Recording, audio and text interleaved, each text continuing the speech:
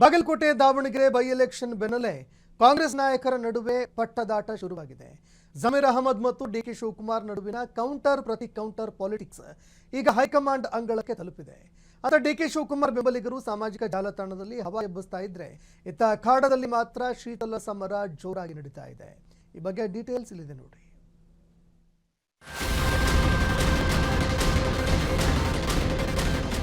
ಹೌದು, ರಾಜ್ಯದಲ್ಲಿ ಉಪಚುನಾವಣೆಯ ಅಖಾಡ ಒಂದು ಕಡೆಯಾದರೆ ಅಧಿಕಾರಾರೂಢ ಕಾಂಗ್ರೆಸ್ನಲ್ಲಿ ಸಿಎಂ ಪಟ್ಟದ ಪೈಪೋಟಿ ಮತ್ತೊಂದು ಹಂತಕ್ಕೆ ತಲುಪಿದೆ. ಸಚಿವ ಜಮೀರ್ ಅಹಮದ್ ನೀಡಿದ ಹೇಳಿಕೆ ಈಗ ಕೆಪಿಸಿಸಿ ಅಧ್ಯಕ್ಷ ಡಿಕೆ ಶಿವಕುಮಾರ್ ಬಣವನ್ನ ಕೆರಳಿಸಿದೆ. ಇದಕ್ಕೆ ಪ್ರತಿಯಾಗಿ ಡಿಕೆಶಿ ಬೆಂಬಲಿಗರು ಮುಂದಿನ ಸಿಎಂ ಡಿಕೆಶಿ ಎಂಬ ಕೂಗನ್ನ ಬಲವಾಗಿ ಎಬ್ಬಿಸುತ್ತಿದ್ದಾರೆ. ದಾವಣಗೆರೆಗೆ ಡಿಕೆ ಬರ್ತಿದ್ದಂತೆ ಅಭಿಮಾನಿಗಳು ಡಿಕೆ ಪರ ಘೋಷಣೆ ಕೂಗಿದ್ದಾರೆ.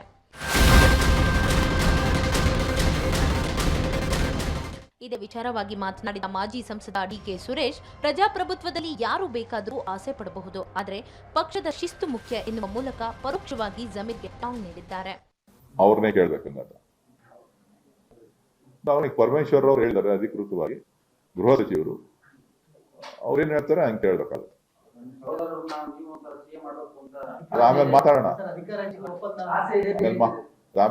ಆಸೆ ಇಲ್ಲ ಅಂತ ನಾನು ಹೇಳಲಿಲ್ವಲ್ಲ, ನಮ್ಗೆ ಇವತ್ತೇ ಮಾಡ್ತೀವಿ, ಇವತ್ತೇ ಆಯ್ತಾರೆ ಅಂತ ಹೇಳಿದ ಆಸೆ ಇದೆ ಅಂತ ಹೇಳಿಲ್ಲ. ಈ ಪಟ್ಟದಾಟದ ನಡುವೆ ಎಲ್ಲರ ಗಮನ ಸೆಳೆದಿರುವುದು ಗೃಹ ಸಚಿವ ಜಿ ಪರಮೇಶ್ವರ್ ಅವರ ಹೇಳಿಕೆ. ಮೊನ್ನೆಯಷ್ಟೇ ಸಿದ್ದರಾಮಯ್ಯನವರೇ ಪೂರ್ಣಾವಧಿ ಸಿಎಂ ಎಂದು ಅಚಲ ವಿಶ್ವಾಸ ವ್ಯಕ್ತಪಡಿಸಿದ ಪರಮೇಶ್ವರ್ ಇಂದು ದಿಢೀರ್ ರಾಗ ಬದಲಿಸಿದ್ದಾರೆ. ಇವತ್ತು ಸಿಎಂ ಸಿದ್ದರಾಮಯ್ಯ ಇದ್ದಾರೆ, ನಾಳೆ ಏನಾಗುತ್ತದೋ ಗೊತ್ತಿಲ್ಲ, ಹೈಕಮಾಂಡ್ ಆದೇಶವೇ ಅಂತಿಮ ಎನ್ನುವ ಮೂಲಕ ಪರಮೇಶ್ವರ್ ಹೊಸ ಬಾಂಬ್ ಸಿಡಿಸಿದ್ದಾರೆ.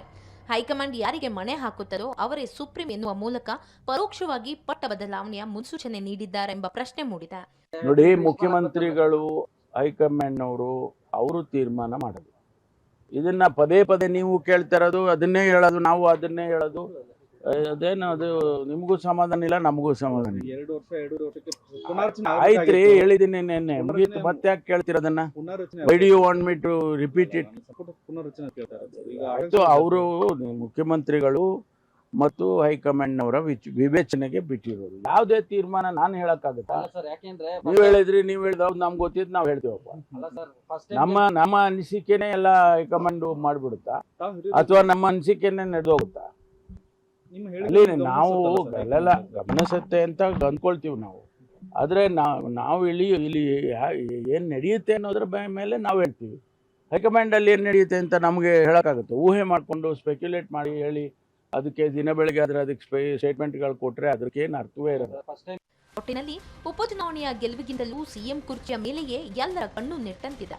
ಜಮೀರ್ ಕೌಂಟರ್, ಡಿಕೆಶಿ ಪ್ರತಿತಂತ್ರ ಮತ್ತು ಪರಮೇಶ್ವರ್ ಅವರ ಬದಲಾದ ರಾಗ ಕಾಂಗ್ರೆಸ್ನಲ್ಲಿ ಯಾವ ಬಿರುಗಾಳಿ ಎಬ್ಬಿಸಲಿದೆ ಎನ್ನುವುದನ್ನು ಕಾದು ನೋಡಬೇಕಿದೆ.